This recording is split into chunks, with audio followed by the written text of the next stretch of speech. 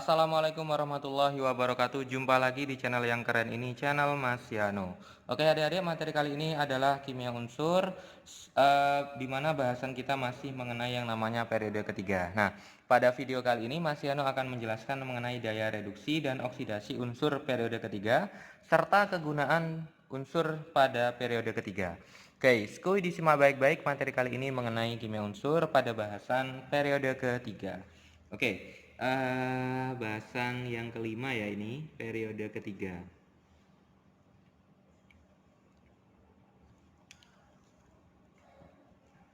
Oke, nah bahasan kita yang keempat pada periode ketiga itu adalah daya reduksi dan oksidasi unsur periode 3. Adik-adik. Oke. Daya reduksi dan oksidasi unsur periode ketiga. Nah, Mas Yano akan menjelaskan masing-masing unsur pada periode ketiga bagaimana daya reduksi dan oksidasinya. Dimulai dari atom atau unsur natrium. Dari sebelah kiri ada Na. Di mana Na itu memiliki bilangan oksidasi 0 atau plus 1. Nah, karena Na itu terletak di sebelah kiri itu memiliki daya reduksi yang paling kuat di antara unsur-unsur periode ketiga. Nah, hal ini dapat dilihat dari reaksi Na yang berlangsung sangat hebat dengan air, adik-adik. Jadi reaksi antara Na dengan air itu Mas Yano tuliskan ada Na, fasenya solid direaksikan dengan 2 mol H2O, fasenya liquid, maka akan membentuk 2 mol NaOH, fasenya adalah aqueous plus gas H2. Oke, ini adalah reaksi pada Na. Nah, kemudian yang kedua ada Mg. Mg magnesium. Magnesium di sini memiliki bilangan oksidasi sebesar 0 atau plus 2. 0 atau plus 2. Di mana Mg ini memiliki daya reduksi di bawahnya Na, tapi tetap merupakan daya reduksi yang kuat. Mg ini bereaksi lebih lambat dengan air dibandingkan dengan Na. Jadi ada Mg, fasenya adalah solid, bereaksi dengan 2 mol H2O, fasenya liquid, membentuk yang namanya MgOH 2 kali, fasenya aqueous, plus H2, fasenya adalah gas. Selanjutnya adalah unsur aluminium, Al, adik-adik. Al di sini memiliki bilangan oksidasi 0 atau plus 3. Di mana Al ini memiliki daya reduksi di bawahnya Na dan Mg. Al itu juga dapat bereaksi dengan cepat di udara, membentuk lapisan oksida yang sangat stabil, adik-adik. Nah, kedua hal tersebut mencegah Al nanti bereaksi dengan air, kecuali jika air itu dia berada pada keadaan panas. Jadi hanya dapat bereaksi dengan air panas, adik-adik. Jadi ada 2 mol aluminium, fasenya adalah solid, bereaksi dengan 3 mol H2O, fasenya adalah liquid, maka nanti dia akan membentuk yang namanya Al2O3, fasenya adalah solid, plus 3 mol H2, fasenya adalah gas. Sorry adik-adik, ini nanti karena panas berarti nanti fasenya adalah gas ini, adik-adik. Jadi perlu yang namanya keadaan panas. Oke, itu adalah sifat daya reduksi dan oksidasi yang dimiliki oleh Al. Selanjutnya adik-adik, unsur selanjutnya di sebelah kanannya Al itu ada Si. Nah, Si itu memiliki bilangan oksidasi min 4, 0, plus 2, atau plus 4. Jadi kalau tidak min 4, 0, plus 2, atau plus 4. Nah, Si itu memiliki daya reduksi dan daya oksidasi yang sangat lemah. Jadi daya reduksi dan daya oksidasinya dia lemah, adik-adik. Si itu juga bereaksi dengan cepat di udara untuk membentuk lapisan oksida yang nanti membentuk senyawa SiO2, adik-adik. Nah, sehingga Si itu tidak bereaksi dengan air meskipun berupa uap air yang panas. Jadi dengan daya reduksi yang lemah, Si hanya bereaksi dengan oksidator kuat seperti O dan Cl. Reaksinya berlangsung pada suhu yang tinggi adik-adik. Jadi kalau dia bertindak sebagai reduktor ya, oksidasi ya.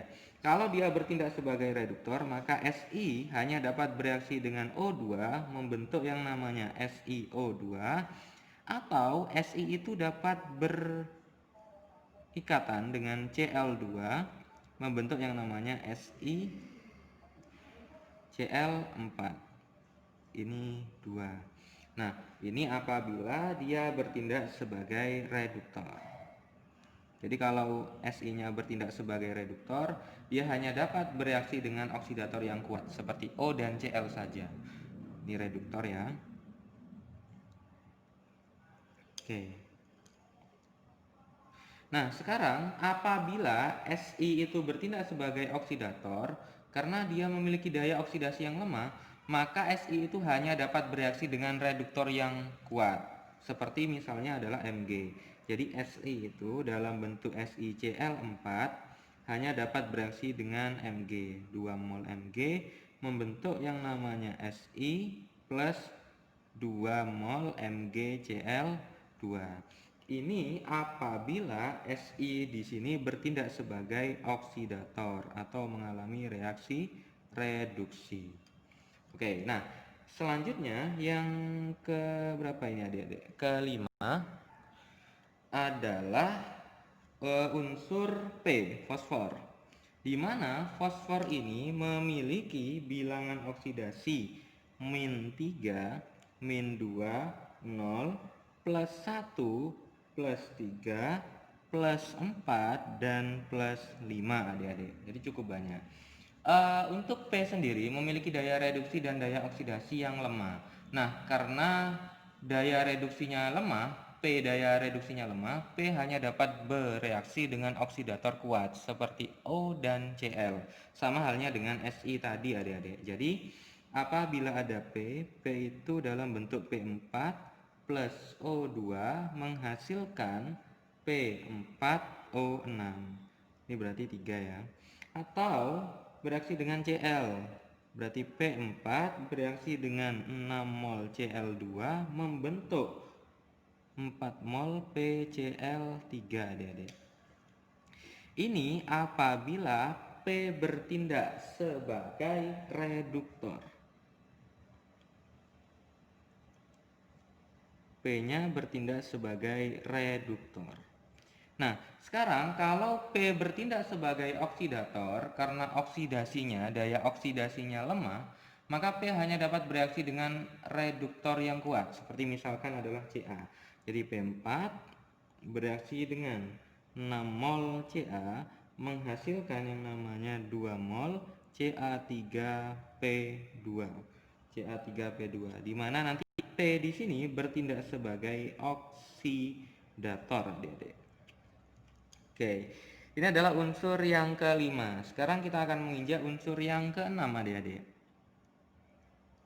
Unsur yang keenam merupakan S, belerang. S di sini memiliki bilangan oksidasi min 2, 0, plus 1, plus 3, plus 4, plus 5, dan yang terakhir adalah plus 6. Nah, untuk S sendiri memiliki daya reduksi lebih lemah dari P, tetapi memiliki daya oksidasi yang lebih kuat dari P. Sehingga karena daya reduksinya lemah, S hanya dapat bereaksi dengan oksidator kuat seperti O dan Cl. Sehingga S itu bentuknya S8 direaksikan 8 mol O2 membentuk 8 mol SO2. Atau apabila ada S8 bereaksi dengan 4 mol Cl2 membentuk yang namanya 4 mol S2Cl2. Ini kalau S-nya bertindak sebagai reduktor. S-nya bertindak sebagai reduktor. Nah, sekarang bagaimana apabila S-nya bertindak sebagai oksidator?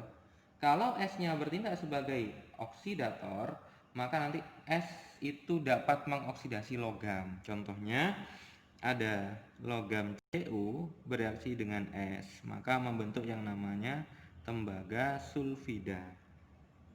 Ada besi bereaksi dengan es, maka membentuk yang namanya besi 2 sulfida. Ini apabila esnya bertindak sebagai oksidator. Esnya bertindak sebagai oksidator. Kalau oksidator itu berarti esnya mengalami reaksi reduksi adik-adik ya. Jangan lupa. Nah sekarang yang terakhir adalah Cl adik-adik. Jadi daya reduksi dan oksidasi Cl. Loh mas, bagaimana untuk yang AR? AR tidak ada adik-adik. Untuk daya reduksi dan oksidasinya tidak ada. Nah, Cl di sini memiliki beberapa bilangan oksidasi mulai dari -1, 0, +1, +3, +4, +5 dan terakhir adalah +7. Nah, Cl ini memiliki daya reduksi yang lemah tetapi daya oksidasinya sangat kuat adik-adik.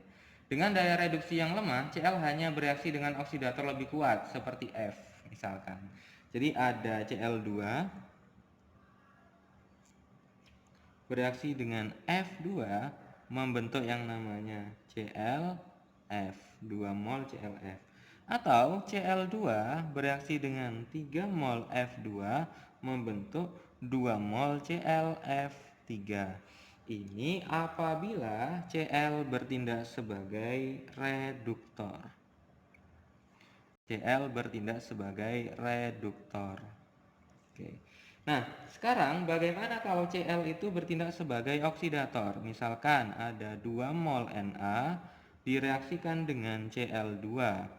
Berarti menghasilkan 2 mol NaCl. Kemudian ada 2 mol Fe bereaksi dengan Cl2 sebanyak 3 mol. Maka akan membentuk yang namanya 2 mol FeCl3. Ada karbon bereaksi dengan 2 mol Cl2 membentuk yang namanya 1 mol CCl4. Ini semua apabila Cl bertindak sebagai oksidator. Jadi Cl itu dapat bereaksi baik dengan logam maupun non-logam apabila bertindak sebagai oksidator. Oke adik-adik, ini adalah penjelasan mengenai daya reduksi dan oksidasi unsur periode ketiga. Nah, sekarang Mas Yano akan menjelaskan mengenai kegunaan unsur periode ketiga. Nah, kegunaan unsur periode ketiga. Periode ketiga untuk unsur Na, untuk unsur ada Na, Mg, Cl, dan Ar. Na, Mg, Cl, dan Ar itu dapat dilihat pada video sebelumnya. Dapat dilihat pada video sebelumnya. Kalau Na itu alkali, Mg itu alkali tanah, Cl halogen, Ar adalah gas mulia. Dilihat ya adik-adik pada video sebelumnya. Nah, sekarang Mas Yano akan membahas kegunaan unsur periode ketiga yang belum dibahas pada video sebelumnya. Jadi ada yang pertama adalah aluminium. Aluminium itu kegunaannya untuk pesawat terbang dan roket biasanya. Untuk pesawat terbang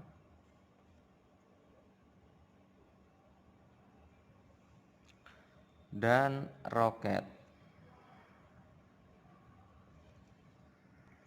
Jadi aluminium yang digunakan untuk pesawat terbang dan roket itu tidak hanya tersusun atas aluminium saja.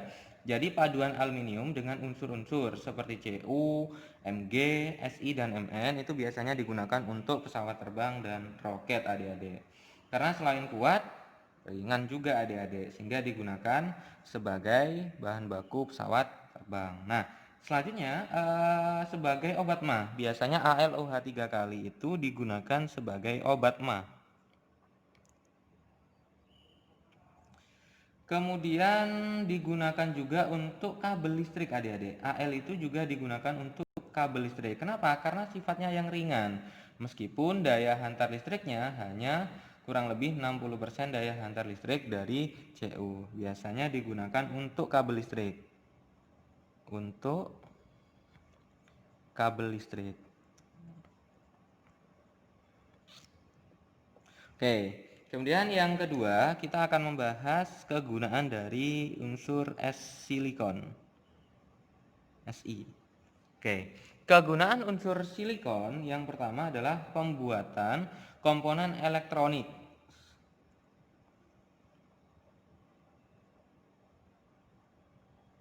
Pembuatan komponen elektronik. Kemudian bisa juga digunakan sebagai bahan baku gelas dan keramik. Digunakan asbes juga sama campuran semen.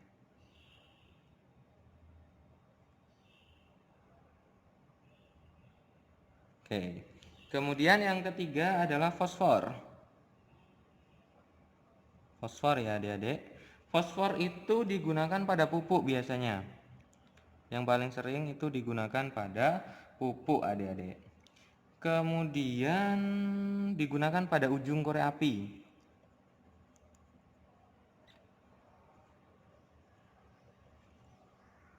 Kemudian kita juga mengenal ada yang namanya fosfor putih. Itu biasanya digunakan untuk bom asap.